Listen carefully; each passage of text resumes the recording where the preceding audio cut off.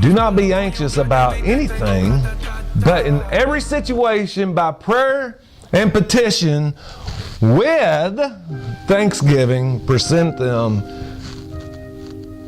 to God. And I got to tell you, when you learn to do even just that one thing, your life will become a lot easier. It will become a lot more peaceful. And perhaps you might become more graceful. Because when you don't trust in God, of course you're going to be anxious. One of the things in the military that we do, or that we did, I don't do anymore.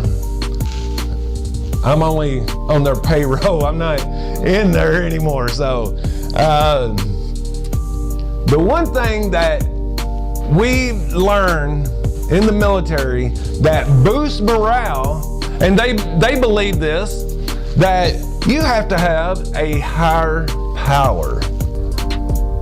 A higher power. Think about it. You're going through some difficult situations in life. You're going through some training that feels like the average Joe is going to die. They feel like they're going to die when they're going through this training. They feel like everything in their body is so sore that they just got to lay down and give up. And then think about when you go to schools such as Ranger School, Sapper School. I've been there. It's tough. You'll go days without eating. You'll do things that you never thought your body could endure. You will go through things in these schools that if you had thought about them before, it would have scared you enough not to go to those schools. And then, the whole business of the Army is what? Winning wars. That's their whole business. The Army is not a business of satisfying the masses out here. The Army is not a business of making the public happy. I think General Mattis said it best. He said, be cordial, and I'm paraphrasing. He says, be cordial to everyone, but always be prepared to kill everyone. And I say that because that is a distinction of what the military is about. The military is not this cute, cuddly, fun place. Amen. You will go through hell in your life. You will do things you never thought you could ever do. And that's why they push the issue of you having a higher power. And sometimes people out here on the street, they don't have a higher power. They don't have God. Guess what their lives look like? They're wretched. Even people in the church, and maybe even some of you today that think that you have God, or maybe you do have God, but you live miserably. You're not giving it to God today. And I got to tell you, and I tell you this story all the time. I've been to combat a couple times in my life. I've been to a couple different wars. The only thing that got me through these things was God. Amen. The only thing that I could have even imagined to put my trust in was God. Amen. I couldn't get through that without putting my trust into God. Every day that I rode out of that gate, and I literally rode out of that gate 99.9% of the days that I was in Iraq or even Afghanistan, I was going outside that gate. I didn't have the protection of artillery or a perimeter or anything else.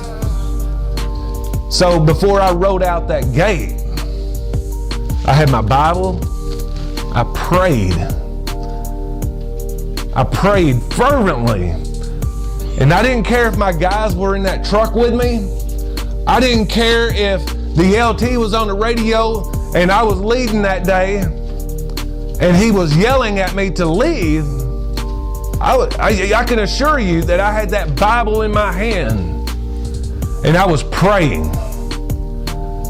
And nothing that I did, but I can assure you that that is the only thing that got me through that time. Amen. It's amazing too. I'm not a very smart man, but I did not lose one guy in combat. I was a leader of several guys in combat, and we've seen hell.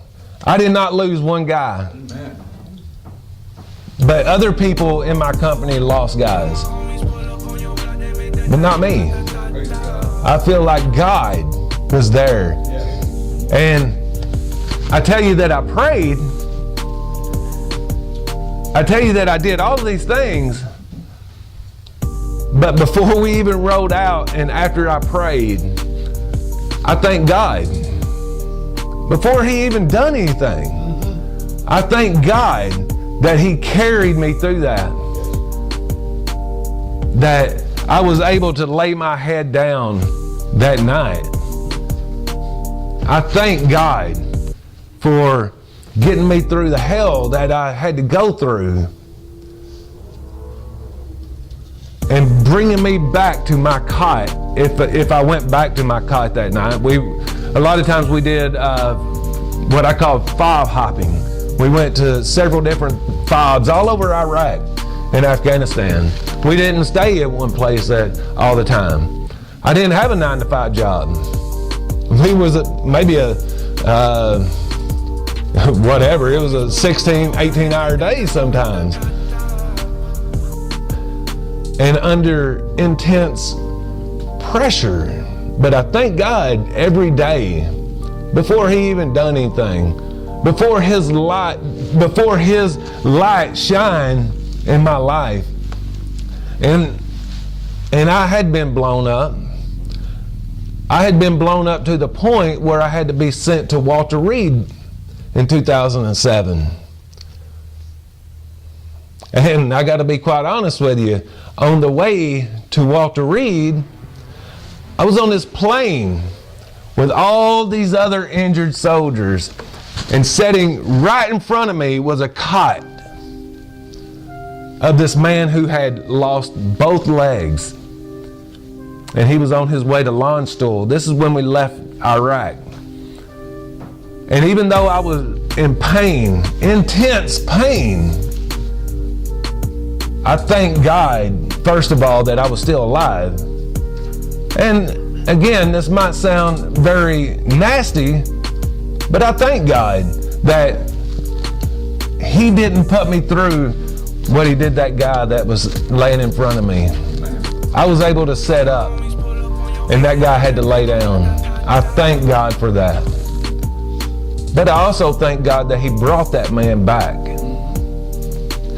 So we have to give thanks. Everything that we have, everything that we do, we have to give thanks. And anytime we feel anxious, and I think that if we even practice this discipline of Thanksgiving, we will have less opportunities in our lives to even be anxious. And that was another thing. People thought I was crazy in Iraq. They thought I was just this ruthless guy because I didn't care. I didn't get anxious going outside the gate. I didn't get anxious. I kept that discipline up, and I knew my God was watching over me. Amen. And I knew my God was going to allow whatever happened happen because it would glorify him. Amen. I didn't have to worry about my life.